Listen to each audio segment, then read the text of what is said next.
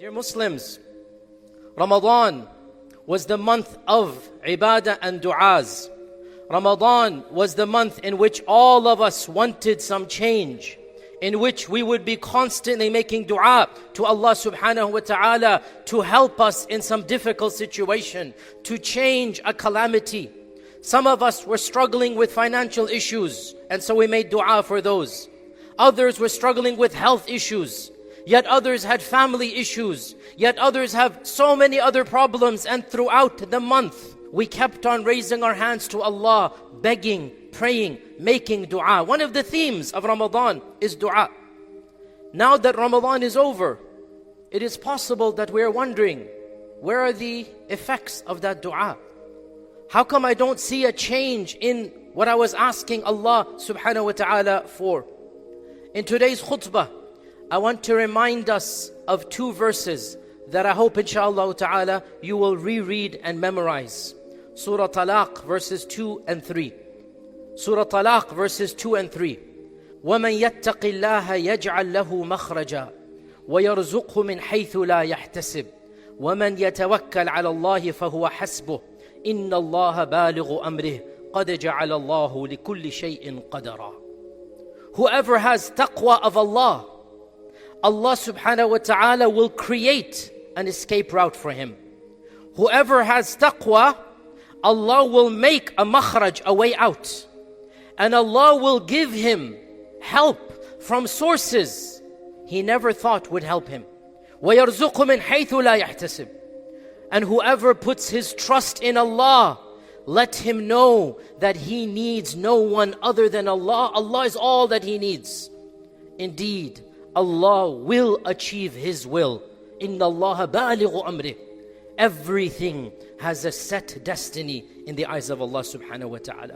Our books of tafsir mention a beautiful story, and like many of these stories, they're found, and Allah knows, inshallah, the concept is there. This mentioned in books of seerah and in books of tafsir, that there was a companion in the time of the Prophet sallallahu alaihi wasallam. His name was Auf ibn Malik, and he had only one son. Him and his wife were elderly. He had only one son.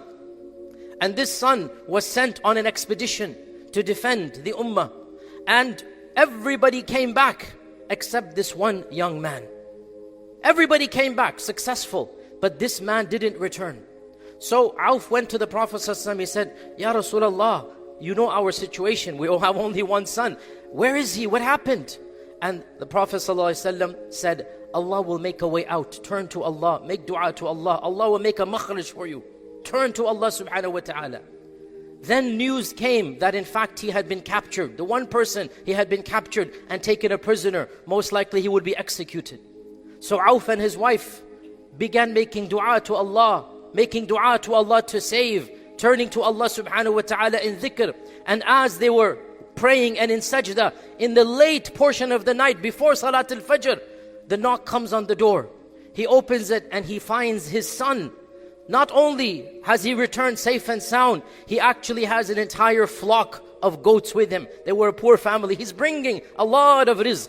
He says, what happened, my son? We've been waiting for you so many days. What happened? And he said, Allah Azza wa Jal made a way out for me. I was a prisoner. I was tied up. I was literally a prisoner. My hands, my feet were tied. But I continued to wiggle my way out until I managed to get out of the shackles. And in the middle of the night when they were all asleep, I managed to escape. And I managed to take with them the very flock that they needed for their sustenance. I took it. So here I am along with the flock. The next morning when they went back, it is said, Allah had revealed these verses already telling the Prophet ﷺ what had happened. وَمَنْ يَتَّقِ اللَّهَ يَجْعَلْ لَهُ مَخْرَجًا وَيَرْزُقْهُ مِنْ حَيْثُ لَا يَحْتَسِبْ وَمَنْ يَتَوَكَّلْ عَلَى اللَّهِ فَهُوَ حَسْبُهُ إِنَّ اللَّهَ بَالِغُ أَمْرِهِ قَدْ جَعَلَ اللَّهُ لِكُلِّ شَيْءٍ قَدَرًا. These verses, they have in them 5 phrases. Let us go over them one by one so that we appreciate, so that we absorb this message, and most importantly, we apply them in our lives. First and foremost, the conditional phrase. Conditional. Whoever has the taqwa of Allah, for that person, Allah will make an escape route. It's conditional. Whoever has this shall get that. This conditional clause is one of the most optimistic verses in the Quran, because we are told that nothing can trap us. if Allah subhanahu wa ta'ala is on our side.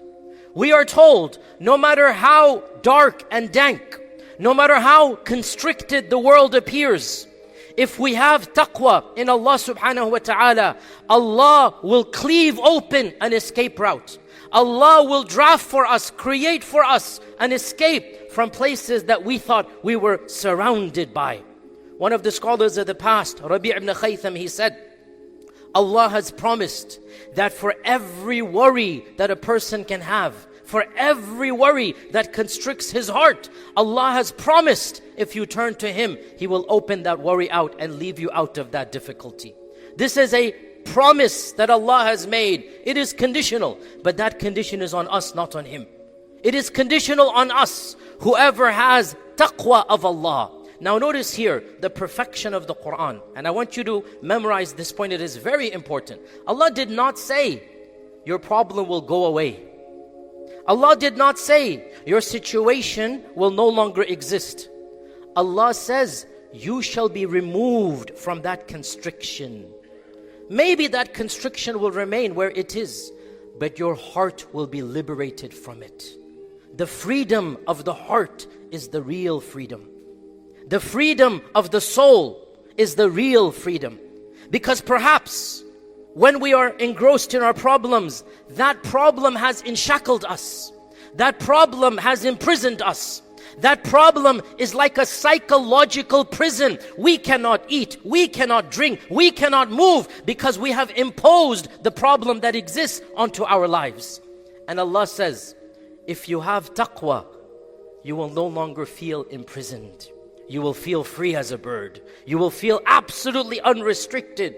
The problem that you had will no longer be a problem for you, even if it exists in your life. It is a frame of mind that Allah will liberate you. Allah will free you from your own shackles. You will begin to appreciate things you never appreciated. And what you thought was a very big issue, what you thought imprisoned you, you will realize this is nothing. It's no big deal. I'll have Allah subhanahu wa ta'ala, I have this, I have that. And you will be able to be liberated from the shackles that worry had imposed upon you. Then Allah says, وَيَرْزُقُ مِنْ حَيْثُ لَا يَحْتَسِبُ. Help will come from places you never expected. And this is a reality in all Quranic stories. This is the reality of the seerah of the Prophet sallallahu alaihi wasallam. Go to read the Quran, go look at the seerah. Allah constantly demonstrates that help will come from places you never expected. In the story of Musa, a man comes from the other side of the town warning him, "Oh Musa, I'm here to warn you." And then when he's wandering alone in the world, not a friend on earth, a random family in Midian adopts him as a son-in-law, gives him a career and a job and a daughter, makes him a part of their family. Out of nowhere, Allah Azza wa Jal brought that family. Even when you're physically trapped, Maryam is in her cave worshipping Allah, in her place of seclusion worshipping Allah. And Allah subhanahu wa ta'ala provides food from places she cannot even see. Musa alayhi salam is trapped. He thinks there's nowhere to go. But he goes, no, Allah will not leave me trapped. And so Allah causes the very Red Sea to open up in front of them. وَيَرْزُقُهُ مِنْ حَيْثُ لَا يَحْتَسِبُ. Whoever has the true tawakkul in Allah subhanahu wa ta'ala, whoever really has the taqwa, Allah will provide from places one never expected. In the seerah, how many instances do we have? Even the animals are a part of Allah's army, such that when Abu Bakr and the Prophet ﷺ are in Ghar Thawr, Allah sends even a pigeon to go and make a nest over there. When the creation is of the part of the armies of Allah, when Allah's armies extend all around us, then when Allah wants to help, His armies will kick in. His armies will all aid you from places you could never expect. The point is, you need to have Allah subhanahu wa ta'ala on your side. And then the third phrase, وَمَنْ يَتَوَكَّلْ عَلَى اللَّهِ فَهُوَ حَسْبُهُ. Whoever has tawakkul in Allah, let him know he needs no one other than Allah. He needs no one other than Allah. This is the key point. If you want Allah to take care of you, you need to remove everyone from your heart except Allah. If you want Allah to take care of you, your heart has to be pure for Allah subhanahu wa ta'ala. Your desire, your fear, your hope, your ibadah, your servitude, your sajda, your dhikr, everything. قُلْ إِنَّ صَلَاتِي وَنُسُكِي وَمَحْيَايَ وَمَمَاتِي لِلَّهِ رَبِّ الْعَالَمِينَ. Everything, when you make it for Allah, to Allah, with Allah, through Allah, then you need nothing other than Allah. If you have Allah, you have everything. And if you don't have Allah, you have nothing. So, وَمَنْ يَتَوَكَّلْ عَلَى اللَّهِ فَهُوَ حَسْبُهُ. And we all know, we've heard this a million times, tawakkul is not just a frame of mind. It is not just cleansing the heart. Tawakkul is a state in which you exert your body while your soul is attached to Allah. In the physical world, you act horizontally. And in the spiritual world, you act vertically. What do I mean by this? In the physical world, you go back and forth. You plan. You have a vision. You do what you need to do. In the physical world, you do not just sit up and adopt a lazy attitude. You do everything you need to do. This is tawakkul. Tie your camel, then put your trust in Allah. And then in your heart is attached only to Allah subhanahu wa ta'ala.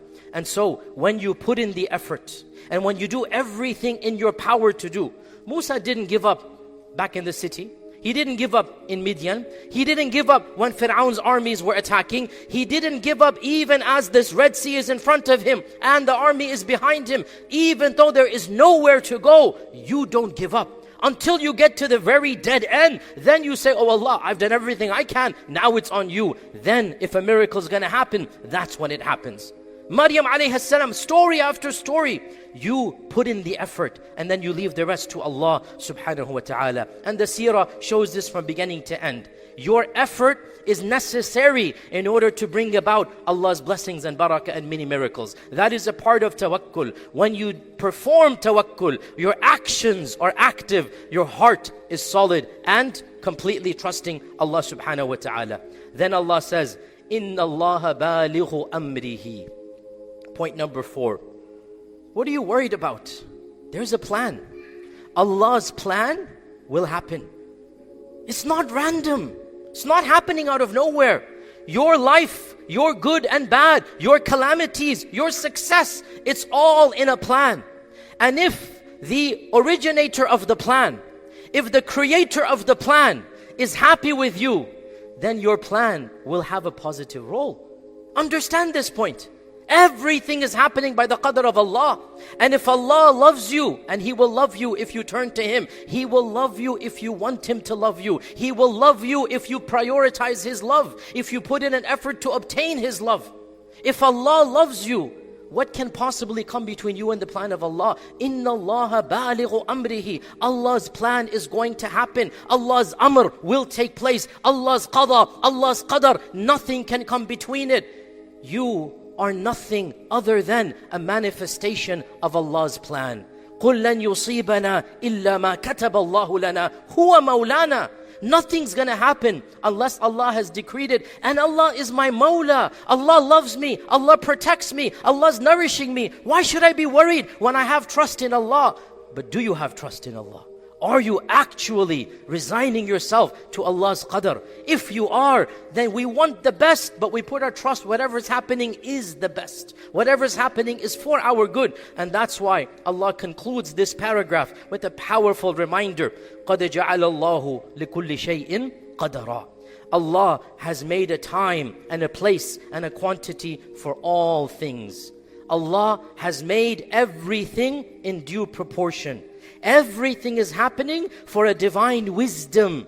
Whether you have rizq or you don't have rizq, it is for your benefit. Whether you are healthy or sick, whether you have this or that, قَدْ جَعَلَ اللَّهُ لِكُلِّ شَيْءٍ قَدَرًا. Allah has appointed a qadar for everything. And Allah knows what is good for you. Perhaps you desire a lot of money, but Allah knows if you had it, it would corrupt you. So in order to protect you, you do not have that money. You think you will be a good person. Allah knows you better than you know yourself. You put your trust in Allah. Strive to obtain money. Yes, want to obtain money that is halal. In case it doesn't happen, قَدْ جَعَلَ اللَّهُ لِكُلِّ شَيْءٍ قَدَرًا. Perhaps you want children, but Allah knows your child might not be for your best interest. So to protect you, not to hurt you, not to punish you, to protect you, قَدْ جَعَلَ اللَّهُ لِكُلِّ شَيْءٍ قَدَرًا. Console yourself that Allah's qadar, Allah's plan, Allah's wisdom is far more powerful and perfect than my own. So trust in Allah's qadar.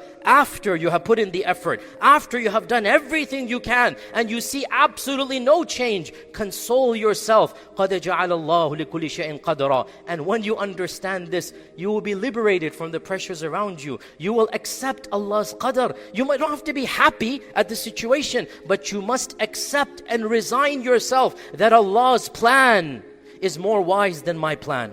And Allah's knowledge is infinitely more perfect than my own. So, oh Allah, while I want shifa, while I want rizq, while I want a child, if you have decreed otherwise, then I trust your judgment. If you have this frame of mind, wallahi, you will always be a winner. You will always be a victor. You will never be surrounded by the woes and the problems of this dunya. You shall be liberated and free, as Allah subhanahu wa ta'ala promises. Ibn Taymiyyah remarks regarding this ayah, that Allah has guaranteed that the one who has taqwa shall find a way out of the stress of this world, and that Allah will provide for him from sources they never expected.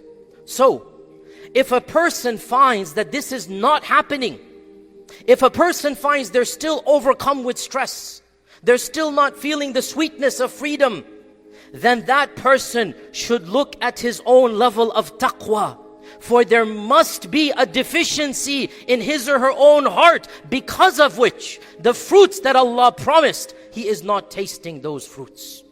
Allah has made a promise. It is conditional, but the condition is on me and you. It's a conditional promise. If you have taqwa, this is going to happen. That is a guaranteed conditional promise. Ibn Taymiyyah says, in case that's not happening, well, the second half of the promise is guaranteed. Have you fulfilled the first half? That is the question all of us need to be asking ourselves. And one final point about this verse.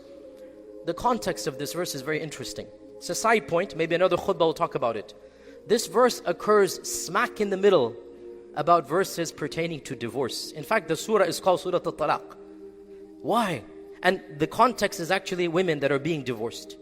Because, as we all know, one of the most painful circumstances is a woman who is being unjustly divorced. And Allah puts this entire paragraph to calm down and to give courage and to give support to those women who are facing uncertainty. This is the context of this verse. If you have taqwa, Allah will make a way out for you. Don't worry, your husband is leaving you, Allah will provide rizq from places you never expected. And this is a different tangent. We'll talk about marital rights and the importance of spouses in a different khutbah. But I wanted to highlight here that this entire paragraph is occurring in the midst of divorce. And Allah is giving comfort, especially to the woman, but to both sides, that listen, whatever is happening, Allah has a qadr written for you. And whatever happens, happens for your best. You turn to Allah, and Allah subhanahu wa ta'ala will take care of you. May Allah subhanahu wa ta'ala bless me and you with and through the Quran, and may He make us of those whose verses they understand and applies halal and haram throughout our lifespan. Ask Allah's forgiveness. You as well ask Him, for He is the Ghafoor and the Rahman.